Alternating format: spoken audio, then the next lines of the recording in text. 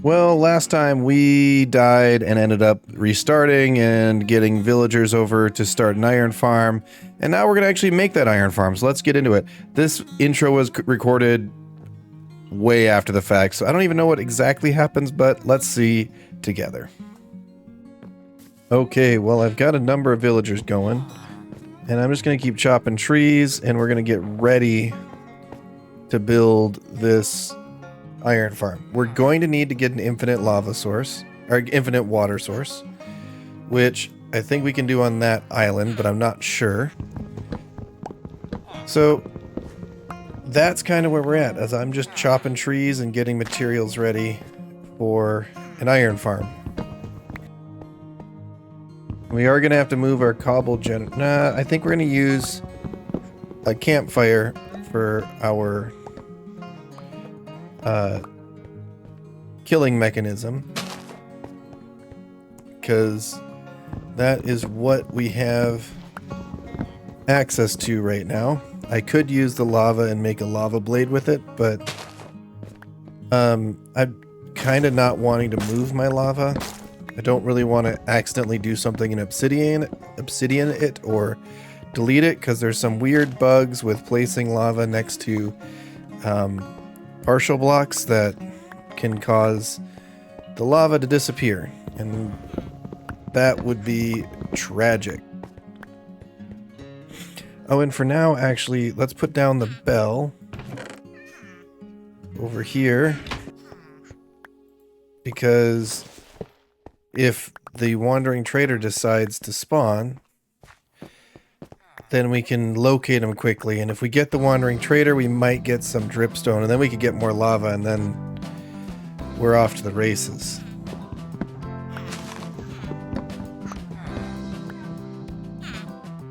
Okay, we have enough villagers, and they keep on breeding, so I might need to tear the beds down and actually get us to the point where we can start building the iron farm.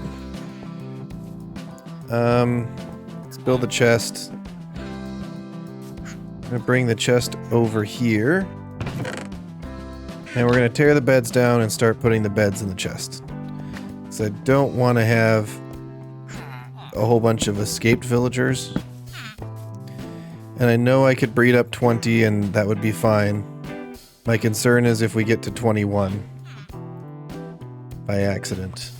We'll keep the village alive because I want to get the wandering trader if he appears. I want to check to see if he has anything we need. Okay, we'll leave those 4. Because also getting cats for string is good. 3 smooth stone to smooth stone slabs, and then we'll get an armor stand. Might as well get a few of these. And then I've got to relog to get the right pack on.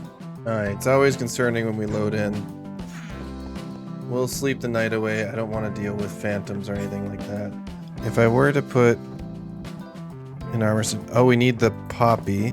And did I bring the poppy back? I did not bring the poppy back. Let's go over and see if we can find that flower, because the flower will tell me where the iron golems will spawn.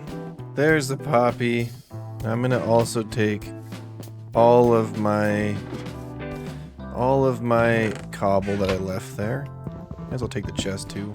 Now all the way back to my village.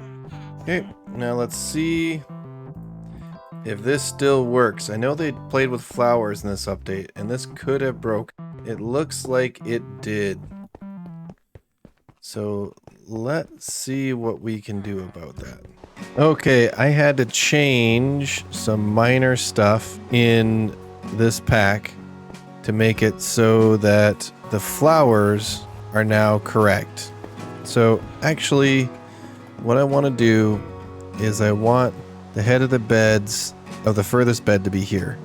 So let's get some blocks and we'll start building this. I'm gonna need some like that. Okay, now we gotta break those couple of beds. Otherwise, this is all for naught. We're gonna break these workstations too. We're gonna double check that we don't have a village by placing a workstation. Give them a few seconds. Nope, we don't have a village. Perfect. Okay, now we're going to place in beds. It's going to be a lot of beds. That's 21. We're going to place 20. Start with the yellow beds up top.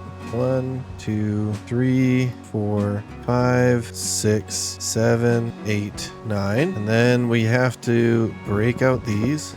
And then we can place some more beds in. And then I can get the last couple of beds in here. There should be 20 beds. And now we have to bring some villagers over. Where's our leads at? And of course we got a nitwit.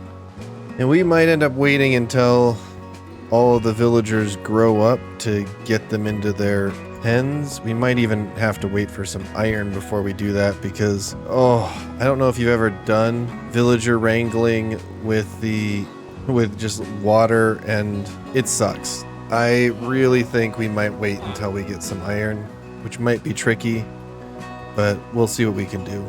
Okay, so now we're going to have to build the spawning platform, which is going to take a lot of wood, but that's fine. So we can go up 1, 2, 3. And we're going to have to go up 1 for the water to flow.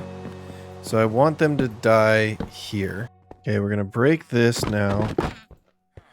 And we're going to put the armor stand over here. This is going to tell me where the golems might spawn. Okay, let's do another round of moving the armor stand. Actually, let's put it in line with the opposite side. Now I know the shape of my iron farm spawning platform because I know that even if any of the beds down there are selected, it should just spawn them on this platform. Then I got to figure out my water flows and then put in our campfire and we should be good to go. Okay, now we're going to need to go get another water source. So let's go do that. And hopefully that will get us to the point where we can start making iron. We're going to put a T in here with another rail. Okay, we're going to give ourselves a safety bar because I don't want to get washed away if this does have water in it. Oh, there is a sugar cane. Let's take that. Okay, we'll take a water. And then we're going to go back home. Well, now we have infinite water. We'll have to put together an infinite water source quickly, but that's easy. And then after we put together infinite water source, then we just got to do the bucket brigade thing. We're going to break out. This one is where we want the monsters at, or the iron golems at.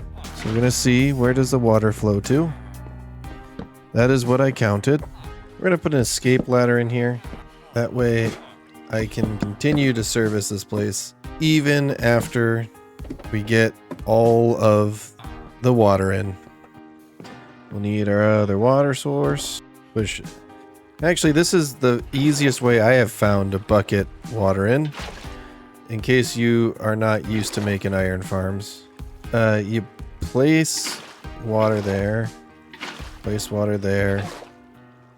So if I place water there and I put dirt in front of it, it'll form an infinite water source. Okay, we will put 2 blocks of dirt down and 2 blocks of dirt. I'm gonna break this one out.